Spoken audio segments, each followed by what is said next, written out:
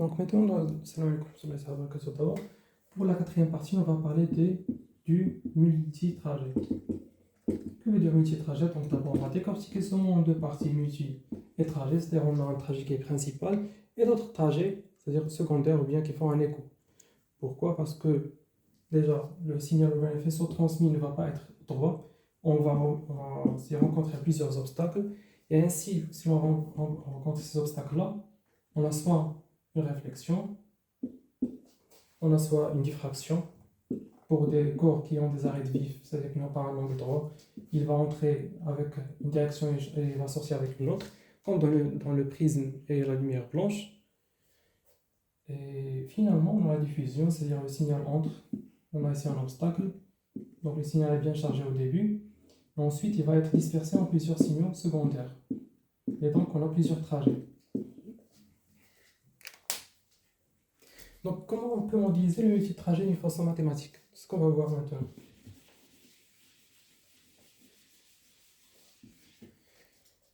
Donc,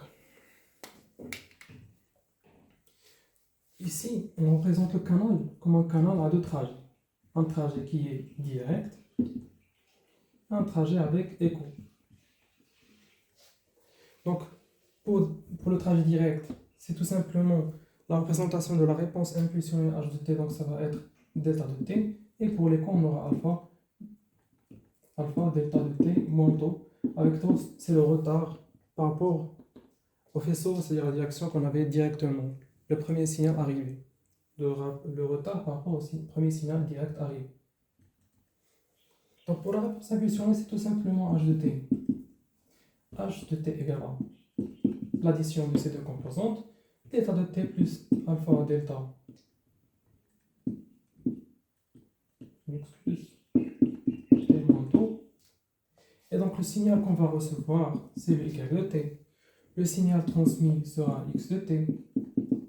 Et ici, on aura la convolution entre h de t et le signal. C'est-à-dire le signal qui est envoyé n'est pas le même que le signal qui est reçu.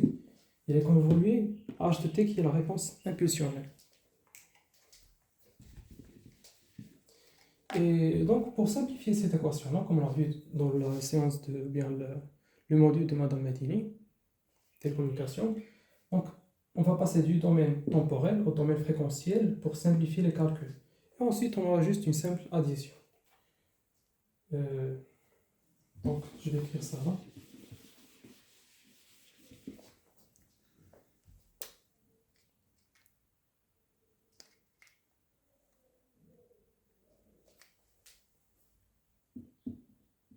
Donc, c'est h de f, 1 plus alpha exponentielle j de pi f de tau. Avec tau le retard, comme je l'ai précisé tout à l'heure, par rapport au premier chemin qui est direct. Donc cette équation-là, elle montre que le transfert, ou bien la fonction de transfert, elle dépend seulement de la fréquence f.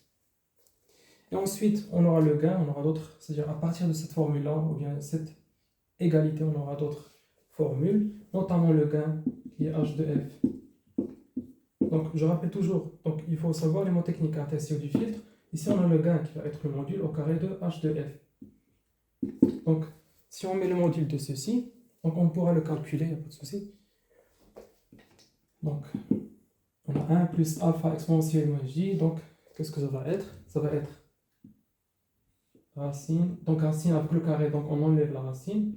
Donc c'est directement 1 plus alpha cosinus de pi f tau, tout ça au carré, plus la partie qui est imaginaire, donc ça c'est la partie réelle au carré. La partie imaginaire au carré, donc je vais écrire en bas, donc pour que ce soit assez clair, on sait déjà clair, pas de souci. Donc c'est sinus de pi, j'ajoute le carré là, pi f de tau. Avec un petit j ici, donc le j va être éliminé. Donc qu'est-ce qu'on va déduire maintenant? On déduit qu'on a 1 plus cette quantité au carré, alpha au carré cos de pi f de tau, plus 2 fois alpha fois cosinus. Donc, juste pour simplifier les choses, je vais éviter d'écrire le 2pi fois f fois tau. Donc, je vais juste tout simplifier par une expression A. Donc, alpha au carré fois cosinus au carré. 2 alpha cosinus A plus alpha au carré sinus de A. Donc, ces quantités-là, si on factorise par alpha au carré, on aura cosinus de A au carré plus sinus de A au carré, c'est 1. Donc, c'est 1 plus alpha au carré plus 2phi cosinus de A. Et donc, si on veut simplifier maintenant, c'est déjà simplifié. Comment procéder? On prend seulement le h de f. On peut aussi dire que le gain au carré, c'est h de f fois le conjugué de h de f. Parce que, si, comme vous le savez, on a le a plus ip fois a moins ip. C'est exactement le module. C'est a au carré plus b au carré. Bien moins b au carré. Avec le module, chaque élément va être au carré d'une façon qui est positive. Donc on aura plus b au carré.